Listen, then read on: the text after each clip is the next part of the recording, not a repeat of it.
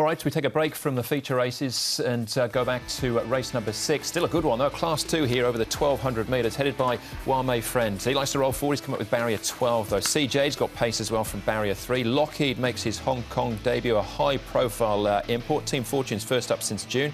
Mythical Emperor roll from barrier 1 as well. Perpetual Joyance goes up in class, last start win. Blinkers go on. Jing win. Fortune Booth having his third start, and Lucky Dollar's up in class 2. Got some of the best horses in the world here, Andrew, contesting 4 races, but I think this is the hardest race of the day, funnily enough. Mythical Emperor, Lucky Dollar, Wame Friend, CJ, they're all fast horses. Momentum Lucky is as well. You got the newbie here, Lockheed, who's a very talented galloper. Jing win as well. It's a great race. It's severely hard, though. Paul, help us out. Yeah, look, here's Lockheed. So you can never look at the first starter. He's the grey, just getting through traffic issues there. But look, he looks nice and relaxed in the morning. He hasn't won over 1,200, which is interesting. He has won over the 1,400. Was placed as a 2-year-old over 1,200. Here's his second gallop down the back straight. Joe Moreira's done all the work on him. He's 1,072 pounds. So he's not far away at all, if that sort of body weight. And they should get a nice run. So expecting a big run from him. Jing win's going nicely. Now, they're putting the blinkers on for the first time. I reckon he would have started quite short, Jing win, if he'd drawn a gate. He hasn't. He's drawn barrier number 14. So that makes it really hard for him, I think.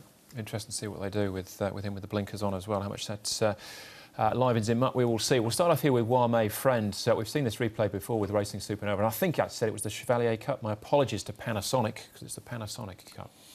He's a good horse. I remember when he first got here, Paul and I were both sort of talking him up as a horse that could really match it and get to group company here in Hong Kong. He took a little bit of time to acclimatise, but last season was a poor season for him. It looks like Tony Cruz has got him in a good frame of mind and feeling well, because he's going a lot better this term.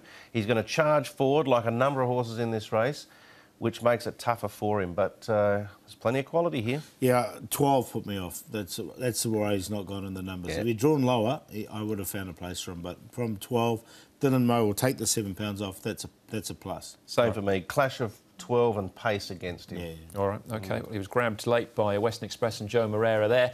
Moreira will be on Lockheed, making his debut on Sunday. Lockheed, Joe, he's an expensive horse purchased from overseas. He's having his first run in Hong Kong on the weekend. What's his preparation been like? You've had quite a bit to do with him throughout it.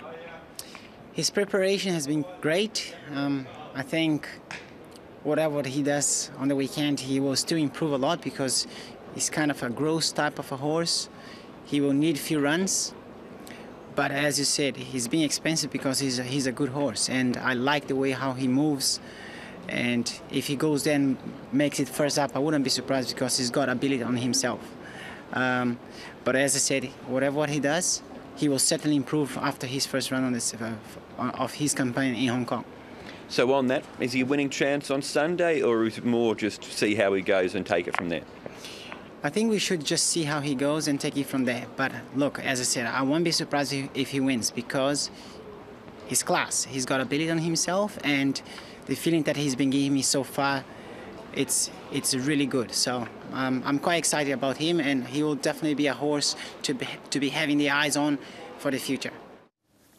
Tried at the very highest level in Europe. He's a 3-year-old, he's a colt. Derby, surely. Yeah, and as you say, he's been tried at the highest level in Europe, but he's only won a maiden. But, gee, looks good in the morning. Joe's suggesting he might be sort of better down the track. He's come up 6-4 favourite, so there's some confidence around. Yeah, and his trials have been very good. He's looked good. Yeah. So he's in for you, Paul? Yeah, I'm going to put him on top.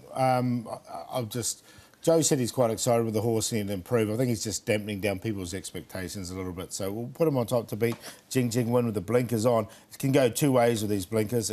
He could win by 5, or he could totally blow up, I think. So we'll get him in there for second. Lucky Dollar's been racing well. He'll come in with a low weight. He's got barrier 10 but can get across. And Mythical Emperor from barrier 1 hasn't really got much form in this grade, but he's a horse in good form at the moment. He's in good odds. It's a tricky race, this one, but I ended up going 5, 11, 14 and 9, but I would be playing the exotics.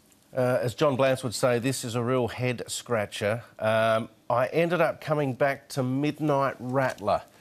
He'll be 10, 15, 20 to 1. I'm not sure what price he'll be. He deserves to be double figures, and if you get that, I think he's the way to go on an each-way basis. He's very well rated. There was a little glimmer there in his last start that he might recapture some of his better form. You've got to take him with a pinch of salt, there's no doubt, but I couldn't get a real strong feel on anything else in particular. You know, there's lots of negatives and positives for so many. I'm going to include Fortune Booth, though. I think he ran better than his last start suggests. His win at the Valley was terrific.